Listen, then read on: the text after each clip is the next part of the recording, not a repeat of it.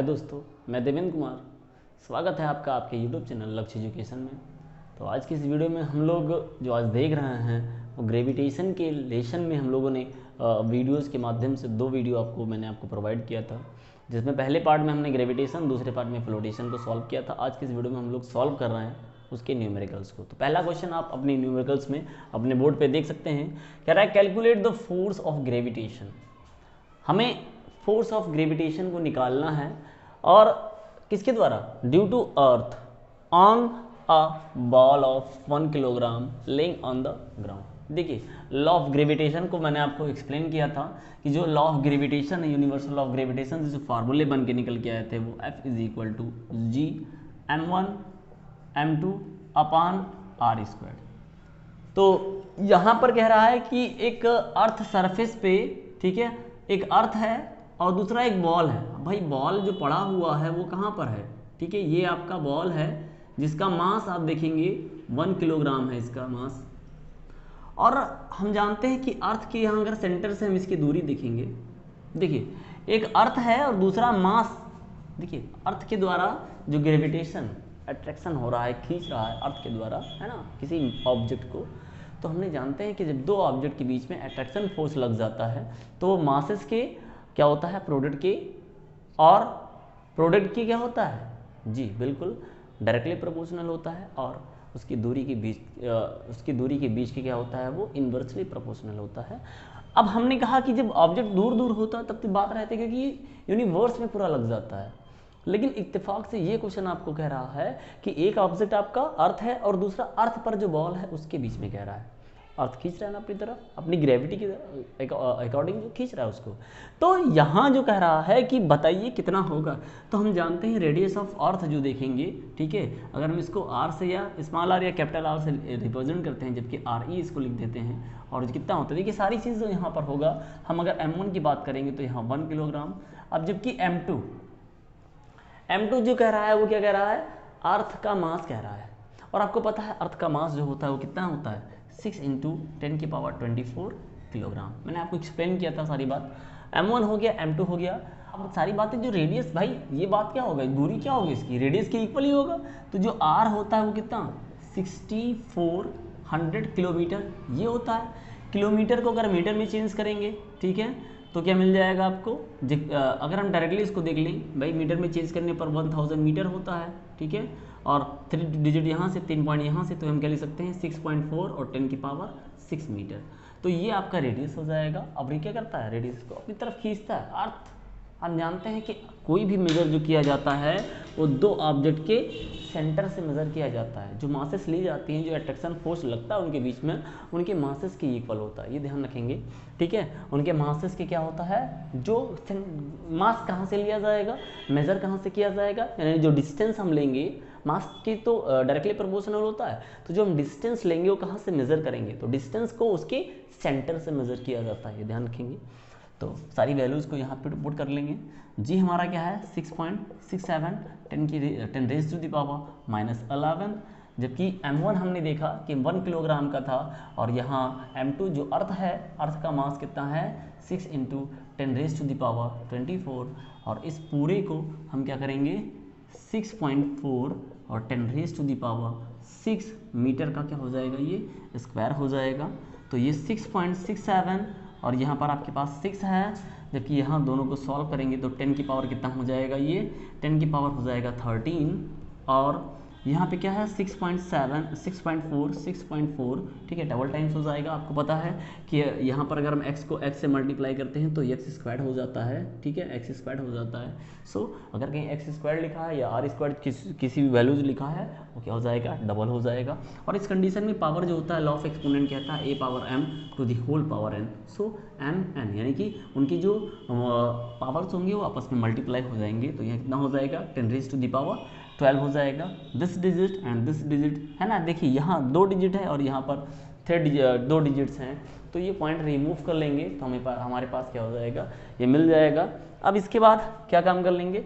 ये जाएगा ऊपर, ये जाएगा ऊपर, ठीक है। अब इसको करते हैं, यहाँ इन सबको मल्टीप्लाई करते हैं, कितना हो जाएगा? ये 2 हो जाएगा, 4 से आ जाएंगे, 36 होगा, 0 ऐड करेंगे, 4 ऐड करेंगे, फिर से अगेन 4 आ जाएगा, अगेन 36 होगा। जब 36 हो जाएगा तो कितना हो जाएगा, ये 40 हो जाएगा। यहाँ से मल्टीप्लाई करेंगे तो आपको पता है 64 का स्क्वायर किस तरीके से निकाला जाता है।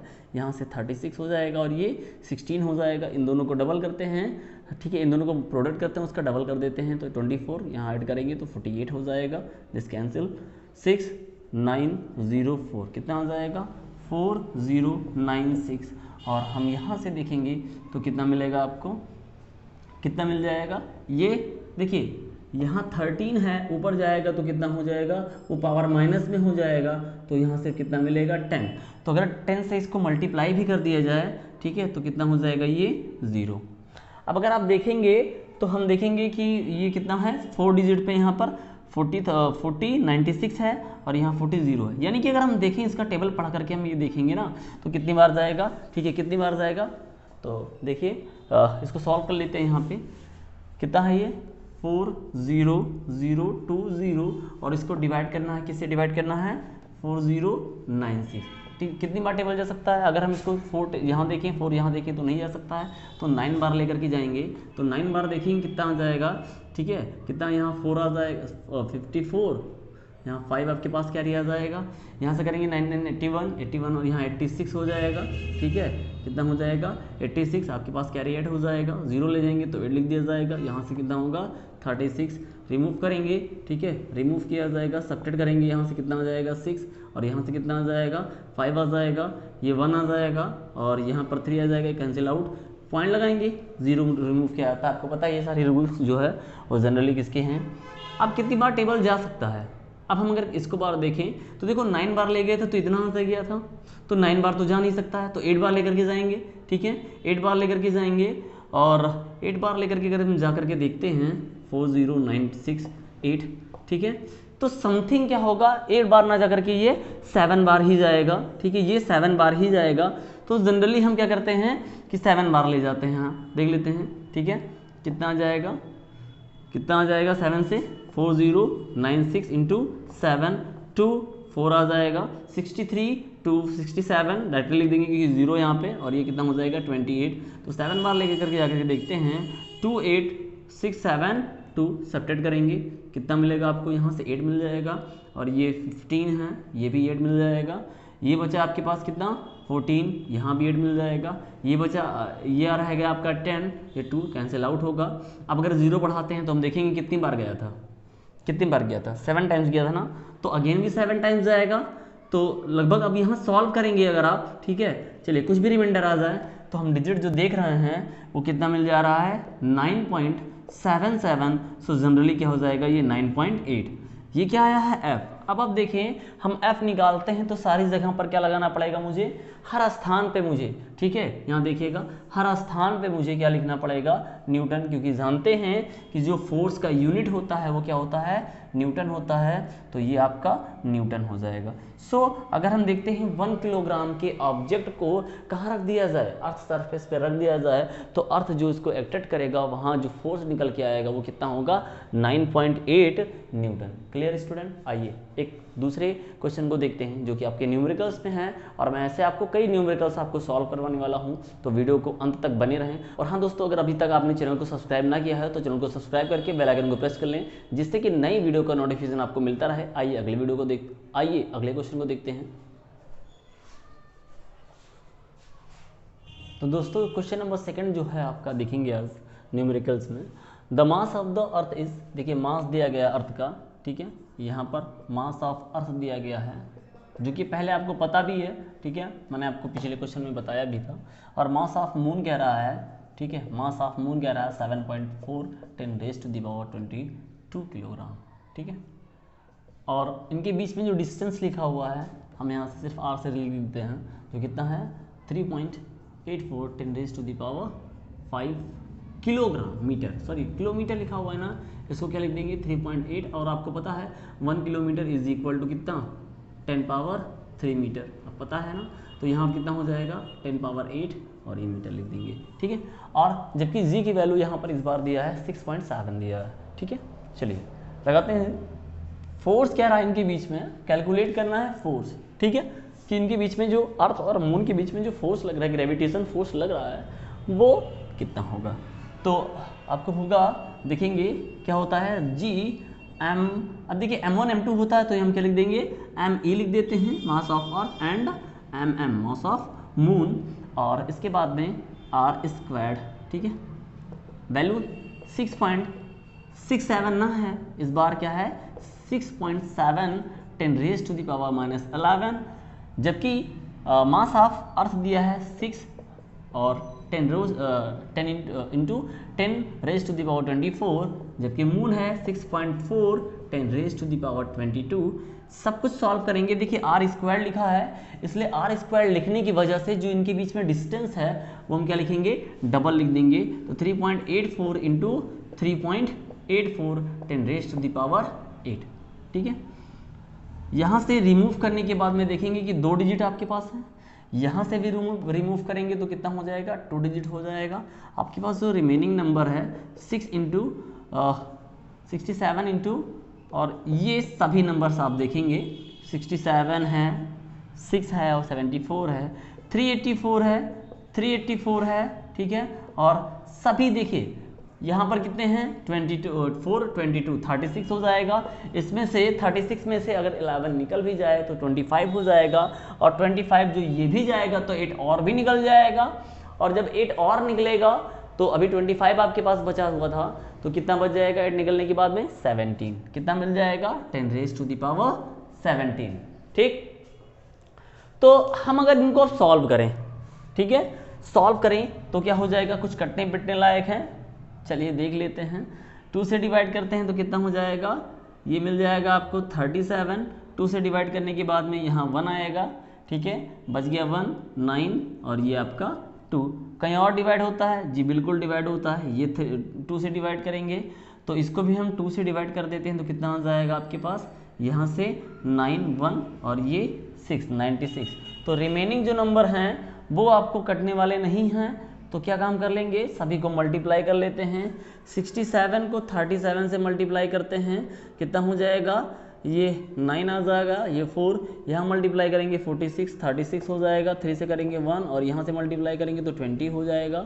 9 7 4 और यहाँ पे 2, अब सभी को 3 से मल्टीप्लाई कर देंगे 27 2 मिल जाएगा, 21 23 2 मिल जाएगा, 12 और वो 14 1 आ जाएगा, और ये 7 कितना मिल जाएगा 7 4 3 7, ठीक। अब क्या काम कर लेंगे, इन सभी को भी मल्टीप्लाई कर लेते हैं, ठीक है, इन सभी को भी मल्टीप्लाई कर लेते हैं। तो थोड़ा सा आप देखिएगा, थोड़ा सा आप देखिए कहीं रॉन्ग है, हाँ बिल्कुल, जब ये पावर डबल करेंगे तो ये भी कितना लिखा जाएगा 2 लिख दिया जाएगा। और अब फिर से एक बार इसको समझिए कि क्या होगा, ठीक है। एक बार नंबर्स को भी हम रखते हैं, लेकिन यहाँ पर पावर के रूप में मुझे दिक्कत आ रहा है, तो ये 8 और 8 कितना हो जाएगा, डायरेक्टली लिख सकते हैं 16, यहाँ 16 लिखा जा सकता है, ये जाकर के माइनस करेगा तो कितना हो जाएगा 27 हो जाएगा, कितना होगा ये, है ना, ये भी आएगा ना तो माइनस में 27 होगा, और यहाँ जो ये 24 है ये आप ये भी 2 आ जाएगा तो 24 ये भी हो जाएगा तो 48, ठीक है। 48 में से अगर सब्ट्रैक्ट करेंगे तो यहाँ 1 आ जाएगा और ये 21, तो यहाँ पावर 21 होगा, क्लियर, थोड़ा समझिएगा, ठीक। अब इसके बाद में इन सभी को मल्टीप्लाई करके अगर हम देखते हैं, ठीक, इन सभी को भी मल्टीप्लाई करके देख लेते हैं कि यहाँ मल्टीप्लाई करने के बाद क्या मिलेगा। तो 384 को मल्टीप्लाई करना है 96 से, यहाँ मल्टीप्लाई करेंगे 24 2 आ जाएगा, 48 2 50 5 आ गया, 18 और 5 23, यहाँ से करेंगे 36 3 72 5 7 और यहाँ से 27 34, ठीक है, ये 4 ये 6 ये 8 6 और 3। देखिए आपके पास नंबर क्या मिल रहा है 3 6 8 6 4।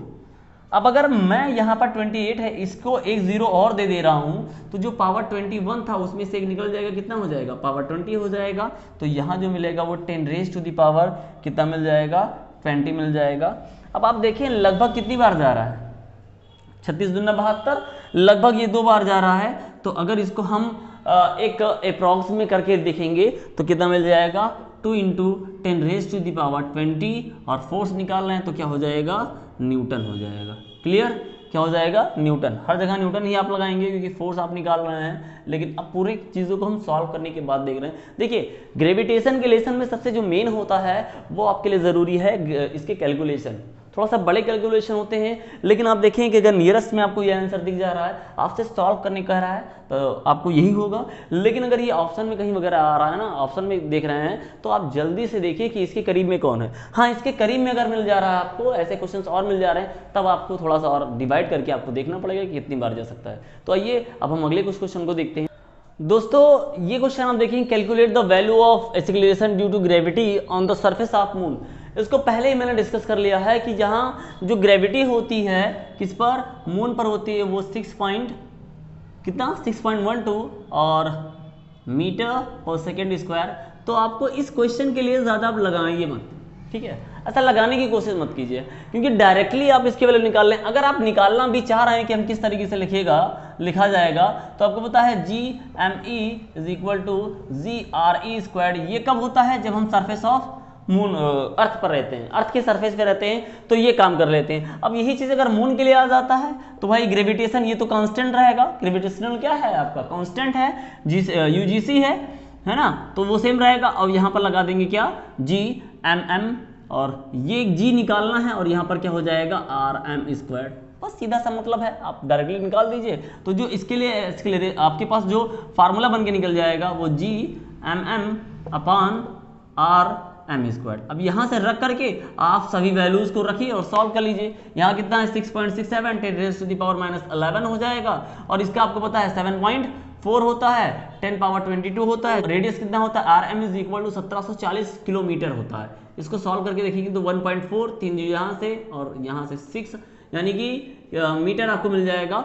सो रेडियस रख करके 1.4 10⁻⁴ कितना मिल जाएगा, 6, ठीक है, 6, और इस पर लगाइए स्क्वायर, और आप देखिए कि 1.623 समथिंग करके इसका आंसर आएगा, ठीक है, क्योंकि हमें पता है कि लगभग यही होता है। लेकिन इसको भी हम देख सकते हैं कि हो सकता है कि 1.63 आ जाए, ठीक है, या आपको क्या मिल जाएगा, ठीक है, 1.62 अगर वैल्यू आप रख करके देखोगे, जबकि हमें ये पता है कि यहाँ पर इतने मीटर पर सेकेंड स्क्वायर होता है, ठीक है। आप वैल्यू रख दीजिए, ये याद करने की चीज़ें हैं, आप इसको याद कर लीजिए, राउंड ऑफ वगैरह करने के बाद में मिल जाएगा आपको, ठीक है। हो सकता है कि आगे यहाँ सॉल्व करके डिजिट में किया गया हो, ठीक। तो आप देखेंगे कि 1.63 जबकि हमने यहाँ बताया था, वो थोड़ा सा पॉइंट में डिफरेंसेस जो होती है ना, उसको हम सॉल्व करते हैं, अप्रॉक्स करके मैंने ले लिया था वहाँ पे। आप इसको सॉल्व करेंगे तो 1.63 मीटर पर सेकेंड स्क्वायर आपको मिल जाएगा। तो ये जनरली क्वेश्चन बहुत ज़्यादा आपको सॉल्व कैलकुलेट करने की जरूरत नहीं है। बस इन दोनों में अगर आप देखें किसी को एक दिखे आप लगा दीजिए, ठीक है। ऐसा नहीं कि दोनों आ जाएगा, दोनों रहेगा तो आप वैल्यू को फाइंड करके और पूरा डिवाइड करके एक डिजिट में आप कीजिएगा। चलिए अब हम कुछ जो हमारे पास और भी क्वेश्चंस टाइप के क्वेश्चंस हैं, हाइट और डिस्टेंस रिलेशन, क्योंकि जब ग्रेविटी के अकॉर्डिंग कोई चीज गति करता है ना, मोशन कर रहा होता है, तो उस टाइप के क्वेश्चन को भी सॉल्व करते हैं और देखते हैं कि वो किस तरीके से क्वेश्चन आपको आ सकते हैं। तो आइए आप क्वेश्चन को देखते हैं। स्टूडेंट देखिए बहुत ही अच्छा क्वेश्चन है, कह रहा है to estimate the height of bridge over a river, a stone is dropped freely in the river from the bridge, the stone is takes 2 minutes to touch the water surface in the river, calculate the height of the bridge from the water level. मैंने बताया ना, कोई ऊपर लेकर के गया, कुछ चीजें ऐसी थी भाई, आपने पढ़ा है यहाँ ग्रेविटेशन के संबंधित बताया गया था। तो क्या है, ब्रिज जो है, अरे भाई ब्रिज जो आपका कहां दिखेगा, पानी से ऊपर ही तो दिख रहा है, तो वाटर लेवल से क्या है, वो थोड़ा सा ऊपर रखा गया है। अब जब वाटर लेवल से ऊपर रखा है, इट मींस क्या होगा, कुछ उसकी हाइट होगी। और बताया गया था कि हाइट पर ले जाने के बाद, अगर आप देखें हाइट पर ले जाने के बाद में वहां पर क्या होगा, जो इनिशियल वेलोसिटी हो जाएगा, क्योंकि हम भाई ऊपर रख रहे हैं ना, तो अगर हम ऊपर ऐसे रखे हैं कोई चीज, तो क्या इस समय इनिशियल वेलोसिटी उसकी 0, तो इनिशियल वेलोसिटी 0 हो जाएगा। और ये ग्रेविटी के अगेंस्ट काम ग्रेविटी के अकॉर्डिंग काम कर रहा है।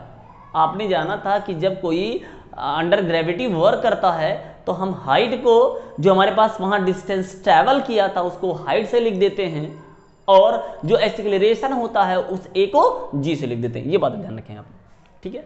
तो हाइट पर चलने के लिए आपने देखा कि ग्रेविटी के अगेंस्ट, ग्रेविटी के अकॉर्डिंग हमारा काम हो रहा है। और जबकि कह रहा है कि ऊपर से जब हम छोड़ते हैं ना उसको, जब ऊपर से उसको हम छोड़ते हैं ना भैया, इसे ऊपर छोड़ते हैं, 2 सेकंड का समय लेता है भैया बबुआ, 2 सेकंड का समय लेता है ना, तो लिख दो 2 सेकंड, 2 सेकंड लिख दो। अब एक बात आप बताओ भाई, ऊपर से जब हम छोड़ेंगे तो क्या होगा, जीरो तो होगा ना। हाँ भैया, स्टार्टिंग में तो जीरो रहेगा ना भाई। हम ऐसे कह रहे हैं कि छोड़ दें, अरे सर छोड़ देंगे गिर जाएगा।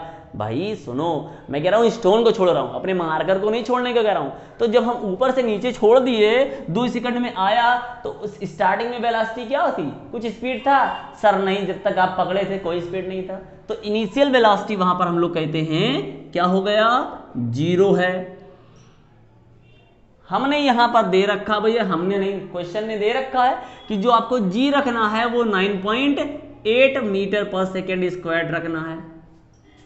फाइंड क्या करना है सर, हाइट निकाल लो कि ब्रिज कितनी ऊपर बना हुआ है। अब यही कह रहा था कि भैया ब्रिज बताओ कितनी ऊपर तक बना हुआ है। पानी है, और पानी से कितनी ऊपर तक वो ब्रिज बना हुआ है, यही बताना है।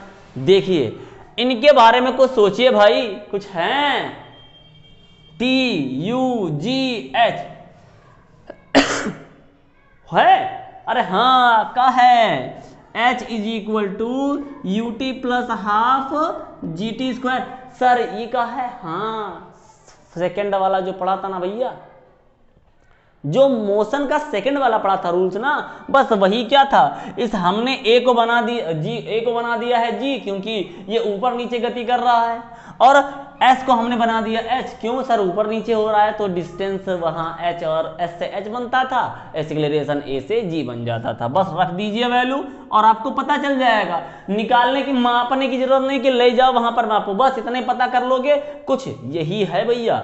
अगर आपने याद रखा ना इसको तो बेहतर तरीके से समझ पाओगे। और इंची टेप लेकर के नापना नहीं है, अब देख लो सीख लो। क्या है 0T, सर 2 सेकेंड है, अभी लास्ट में रख देते हैं हाफ, और जी आपका कितना है जी सर 9.8, और जबकि 2T लिखा हुआ है तो यहाँ पर क्या हो जाएगा 2 का स्क्वायर हो जाएगा। और हम जानते हैं कि 2 का स्क्वायर का मतलब क्या, 2 बार लिख दीजिए सर, लो 2 बार लिख दिया भैया। ये तो जीरो है, इसका काम खत्म ही है। ये टू क्या हो जाएगा, वाइट कैंसिल आउट हो जाएगा। अब इसको करेंगे तो कितना हो जाएगा 16, 1 18 और 1 19, एक पॉइंट है लगा दीजिए, H इज इक्वल टू कितना मिल जाएगा, कितना मिल जाएगा, लो भैया 19.6 मीटर उस ब्रिज की ऊंचाई है। कितनी ऊंचाई, उस ब्रिज की ऊंचाई जो आपको दिखेगी वो 19.6 मीटर दिख जाएगा। लो बिल्कुल। अब आइए कुछ अलग क्वेश्चन करते हैं।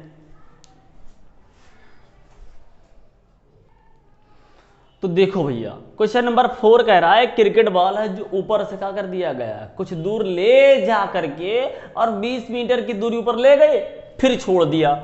छोड़ने के बाद क्या कह रहा है, calculate the speed of ball when it hits ground. सुनिए, जब ऊपर से फेंका गया तो क्या होगा भैया बताओ। हाँ बिल्कुल, उस समय एकदम से क्या होगा, जीरो रहेगा, मुरझान सा बैठा रहेगा। तो जब वो मुरझान सा बैठा, इसका मतलब क्या है कि वेलोसिटी कुछ नहीं है, तनकौ नहीं है। जब तनकौ नहीं है तो क्या कर देंगे, u इज इक्वल टू 0 लग दिया जी। अब इसके बाद कह रहा है कि भैया 20 मीटर ले गए हैं, बहुत दूर ले गए, जान लो 20 मीटर तो ज्यादा नहीं है। अब ये कह रहा है कि जब उसको हिट कर रहा है ग्राउंड को, उस समय उसकी स्पीड क्या है। समझिए, दो तरीके से है। एक ठू जब क्या करें, किसी को खींच के मारेंगे तो देखोगे स्पीड बहुत तेजी से बन जाएगा। पुलिस है तो बात यार है, लड़ाई वड़ाई कर रहे होते हैं ना, खड़े हैं, हम नहीं हटेंगे, हम नहीं हटेंगे। अब पुलिस ने लाठी चार्ज जब कर दिया ना तो क्या होता है, वो भागते भागते शुरू हो जाते हैं। उस समय जब पहले खड़े थे ना कि हम ही है सब कुछ, लड़ाई में हम ही है सब कुछ, लो भैया जब सब कुछ है ना तो उस समय क्या आता है, हिलेंगे नहीं, वेलोसिटी 0 है, मानते हैं इनिशियल वेलोसिटी 0। जब डंडा पड़ी ना तो भागते चले गए, उस समय उनकी वेलोसिटी क्या हो जाएगी, मैक्सिमम हो जाएगी। यहां कह रहा कि जब ऊपर से हम छोड़ते हैं ना, उस समय स्टार्टिंग में क्या होता है 0, लेकिन जब छोड़ दिया तब क्या होगा, जब वो ग्राउंड के लेवल तक आएगा ना तो उस समय उसकी स्पीड सबसे मैक्सिमम होती है, और उसको हम लोग क्या लिखते हैं, फाइनल वेलोसिटी। यहाँ जी की वैल्यू जो दिया गया है वो क्या है आपका 10 मीटर पर सेकेंड स्क्वायर। समझिए, पहले आपसे कह रहा है कि क्या निकालना है आपको, सबसे पहले आपको निकालने कह रहा है कि v निकालिए, उसके बाद में कुछ और कह रहा है कि आपको क्या लगाना है, टाइम निकालना है। तो पहले अब तो निकाल दो लो भाई, UHVG कोई रिलेशन, हाँ सर थर्ड वाला लगाइए आप, और थर्ड वाले का रूल्स क्या है, v square is equal to u square plus 2gh। जब वो नीचे आ रहा है तो क्या होगा, वेलोसिटी कम होगा ज्यादा होगा, सर ज्यादा होगा, नीचे आने पर इंक्रीज होता है, ऊपर जाने पर कम होता है। तो जब ये है रख दीजिए वैल्यू, यहां मुझे इसको निकालना है, ये आपका क्या हो गया, 0 पर कुछ भी करिए भैया 0 ही रह जाएगा, और 2g की वैल्यू 10 रखना है, और h की वैल्यू यहां पर दे रखा है कितना 20, सबको मल्टीप्लाई करेंगे तो कितना मिल जाएगा 400। क्या निकाल रहे हो सर, सर निकाल रहे हैं हम लोग वेलोसिटी स्पीड, तो मीटर क्या हो जाएगा समझिए, अभी रख दीजिए, अभी सब कुछ जो आएगा वो स्क्वायर में ही आ जाएगा, 400 v square is equal to v square is equal to ये मिलेगा। तो अगर हम v निकालना चाहेंगे तो रूट मिल जाएगा। अब इस समय क्या लिखेंगे, मीटर पर सेकेंड, और पूरा तो स्क्वायर लिखना पड़ जाता भैया, तो 20 मीटर पर सेकेंड, 20 मीटर पर सेकेंड क्या मिलेगा उसकी, जब वो बॉल हिट कर रहा होगा ग्राउंड लेवल पर तब 20 मिल जाएगा। आप कह रहा है कि अगर ये सब कुछ मिल गया आपको तो बताइए, कैलकुलेट करिए कि टाइम कितना लगा रहा है उसको यहां तक हिट होने में ग्राउंड को, ठीक है, उस हाइट से, समझिए। अब आपको टाइम कह रहा है तो टाइम के लिए दो है फार्मूला, चाहे पहला फर्स्ट वाला या सेकंड वाला, जो मोशन है अंडर ग्रेविटी के अकॉर्डिंग वो उसका मोशन लगा दीजिए। तो v इज इक्वल टू क्या होगा, u plus G T. Eighty हमने इसलिए नहीं लिखा क्योंकि ये किसके द्वारा कर रहा है, ग्रेविटी के अकॉर्डिंग कर रहा है। तो अब v आपको मिल जाएगा यहाँ से 20, u आपका 0 है, g आपका 10 है, और t आपका कितना हो गया, t ही लिख दिया गया। तो कितना मिल गया 10t इज इक्वल टू 20, भैया कैंसिल आउट होगा तो t इज इक्वल टू कितना मिल जाएगा 2 सेकंड। यानी कि ऊपर से नीचे तक आने में 20 मीटर की दूरी पर ले जाने के बाद छोड़ेंगे तो 2 सेकंड में वो आकर के ग्राउंड पर टच कर जाएगा। क्लियर। आइए अब अगले क्वेश्चन को देखते हैं।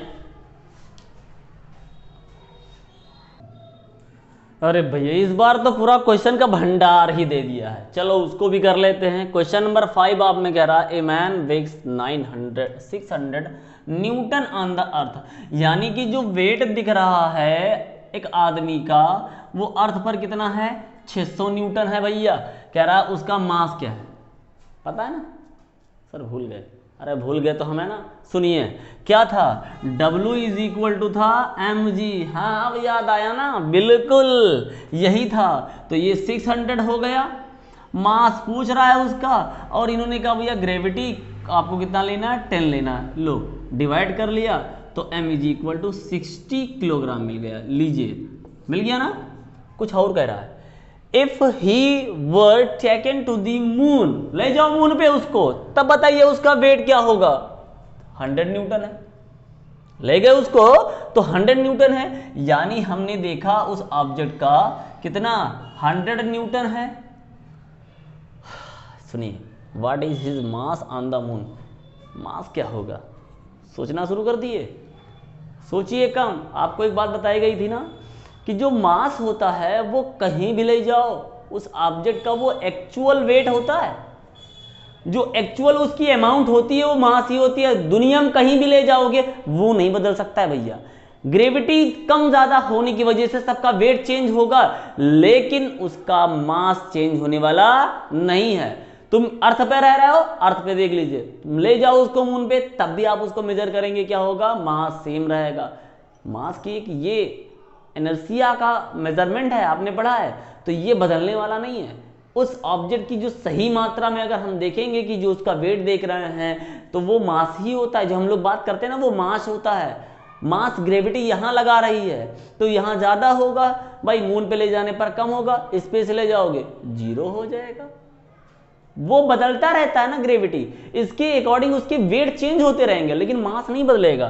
तो क्या रहेगा, अगर मैं कहूं कि मास ऑफ मैन, ठीक है, ऑन अर्थ, वो किसके इक्वल हो जाएगा, अर्थ नहीं, पहले मून लिख देते हैं, ऑन मून वो क्या होगा, इक्वल होगा मास ऑफ अर्थ, ठीक है, mass of man, mass of man on earth, जो कि कितना आया है 60 किलोग्राम। भैया ये बदलने वाला नहीं है, दुनिया में कहूं भी ले जाओ, ब्रह्मांड में कहूं ले जाओ ना, इस यूनिवर्स में कहीं ले जाए भैया, कहीं बदलने वाला नहीं है। चलिए ठीक है, आपने फाइंड कर लिया। कह रहा है what is the acceleration due to gravity on the moon. अब निकालिए इसका, अगर इसके अकॉर्डिंग कह रहा है तो बताइए उसकी ग्रेविटी क्या होगी। तो देखिए ऊपर आपने लिखा कि W M is equal to क्या है 100, तो ये भी फार्मूला mg होगा।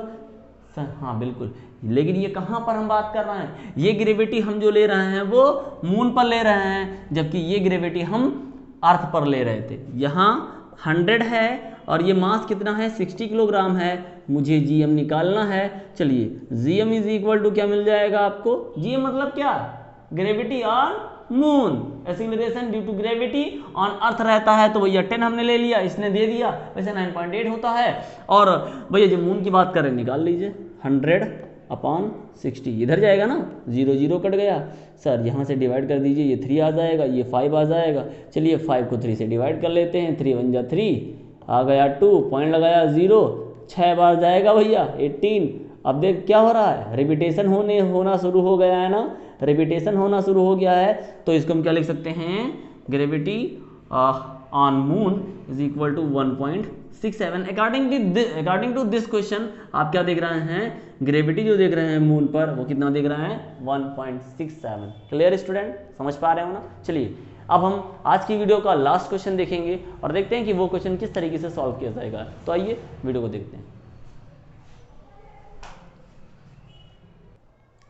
देखिए भैया ये भी क्वेश्चन बहुत अच्छा ही है, कह रहा है कि द रिलेटिव डेंसिटी। देखिए पहले इस क्वेश्चन को पढ़ने से पहले मैं आपको बता दूं कि इसमें ढेर सारे क्वेश्चंस थे, बहुत क्वेश्चंस आपको हो सकते हैं, लेकिन मेरे हिसाब से जो बेस्ट आपके क्वेश्चन हो सकते हैं मैंने सिर्फ उसी को प्रेफर किया है और उन्हीं का ये वीडियो है। और इसके बाद जो लेफ्ट क्वेश्चंस अगर आपको कुछ बच जाते हैं, कहीं प्रॉब्लम्स आपको अगर नज़र आती है, किसी भी क्वेश्चंस में आपको डाउट्स अगर नजर आते हैं कि किस तरीके से सॉल्व किया जाएगा, तो बिल्कुल कमेंट बॉक्स में उसको जरूर पोस्ट करें कि वो क्या है, किस तरीके से करना पड़ेगा, वो सारी चीज़ें मैं आपको बताऊँगा। और जो भी आपके लिए सही हो सकता है, जो भी आपके फायदे की चीज़ होगी, मैं उस पर वर्क करता रहा हूँ और आगे भी करता रहूँगा। तो आप जहाँ प्रॉब्लम्स हो बिल्कुल बताइए। चलिए इस क्वेश्चन को देख लेते हैं। कह रहा है the relative density of silver is 10.8। देखिए रिलेटिव डेंसिटी आपको बताया गया था क्या होता है, हाँ बिल्कुल, रिलेटिव डेंसिटी जो होता है वो डेंसिटी ऑफ सब्सटेंस और डेंसिटी ऑफ किसका, वाटर। बिल्कुल, जैसे एयर के साथ में जब हम कभी देखते हैं ना, जब जहाँ बातें होगी भाई डेंसिटी क्या लिक्विड के ऊपर डिपेंड करता है, तो अगर हम वाटर की बात कर लेते हैं वो, तो हम देखेंगे कि यहाँ रिलेटिव जो डेंसिटी लिखा हुआ है, ठीक है, रिलेटिव डेंसिटी, पहले उसका तो फार्मूला लिख लेते हैं कि क्या है तो relative density is equal to क्या होता है, डेंसिटी ऑफ जी, डेंसिटी ऑफ सब्सटेंस। ये हम किसकी बात करते हैं, सब्सटेंस की बात कर लेते हैं, और जो डिवाइड करते हैं, ठीक है, वो डेंसिटी ऑफ क्या होता है, वाटर हो जाता है। तो ये कह रहा है कि रिलेटिव डेंसिटी इसका दिया गया है कितना, 10.9, और डेंसिटी ऑफ वाटर जो दिया गया है वो क्या दिया गया है जी, देखिए आप 1.0 10 टू द पावर 3, और क्या लिखा है जी, किलोग्राम मीटर। अब हमसे कह रहा है डेंसिटी ऑफ वाटर निकालिए, और बात क्या कह रहा है कि एसआई यूनिट। समझिए भैया एसआई यूनिट का मतलब क्या है जी, बिल्कुल जो आप लिख रहे हैं ना वही आपका क्या है, एसआई यूनिट ही है जिस तरीके से यूनिट लिखा गया है ना वो एसआई यूनिट ही है। चलिए डेंसिटी यहाँ पर क्या लिख देते हैं हम, सिल्वर को ले रहे हैं तो डेंसिटी ऑफ सिल्वर लिख देते हैं, ठीक है। अपान 1 करेंगे, क्रॉस मल्टीप्लाई करेंगे तो हम देखेंगे कि जो डेंसिटी ऑफ सिल्वर आएगी, ठीक है, डेंसिटी ऑफ सिल्वर जो होगा, इन्हीं से मल्टीप्लाई कर दीजिए, क्या मिलेगा 10.8 into 10 power 3 kilogram metre cube, ठीक है, किलोग्राम पर मीटर क्यूब, ये इसका आंसर हो जाएगा। अब अगर चाहें तो यही हमारा आंसर हो जाता है, लेकिन अगर ये कहें कि भैया हमें इस तरीके से नहीं समझ में आता है, चलिए नहीं समझ में आता है तो इसको ओपन कर दीजिए 10.8 को, और यहाँ 1000 से मल्टीप्लाई कर देंगे तो आपको क्या मिल जाएगा, पॉइंट रिमूव करेंगे 10 कैंसिल होगा, 100 से मल्टीप्लाई तो 10 8 है ना, 00 किलोग्राम पर मीटर क्यूब, ठीक है। तो डेंसिटी ऑफ ये सिल्वर हो जाएगा। क्लियर स्टूडेंट, समझ पा रहा ना क्या हो रहा है। तो ये थी आज की इस वीडियो में हम लोगों की, जिसमें हम लोगों ने कई क्वेश्चन को सॉल्व किए। आपके अकॉर्डिंग जो भी हमारा सही था, जो बेस्ट आपको मैं दे सकता था, मैंने उस क्वेश्चन को सॉल्व किया है। दोस्तों कैसा लगा वीडियो कमेंट करके जरूर बताएं। अभी तक आपने चैनल को सब्सक्राइब ना किया ना भैया, तो चैनल को सब्सक्राइब कर लो, क्योंकि आपको पता है ना वीडियो में आपको मिलता जा रहा है, तो चैनल को नहीं सब्सक्राइब करे रहेंगे तो मिलेगा नहीं आपको वीडियो। और नोटिफिकेशन को भी ऑन कर लीजिएगा, क्योंकि वीडियो भाई पड़ेगा ना तो आपको नोटिफिकेशन भी आना चाहिए, तो इसलिए आपको ऑन भी करना पड़ेगा। और शेयर हाँ जरूर कर दीजिए, क्योंकि जितना आप शेयर करेंगे ना उतना ही ये हमारा जो परिवार है वो बड़ा होता रहेगा। मिलते हैं अगली वीडियो में। जय हिंद, जय भारत।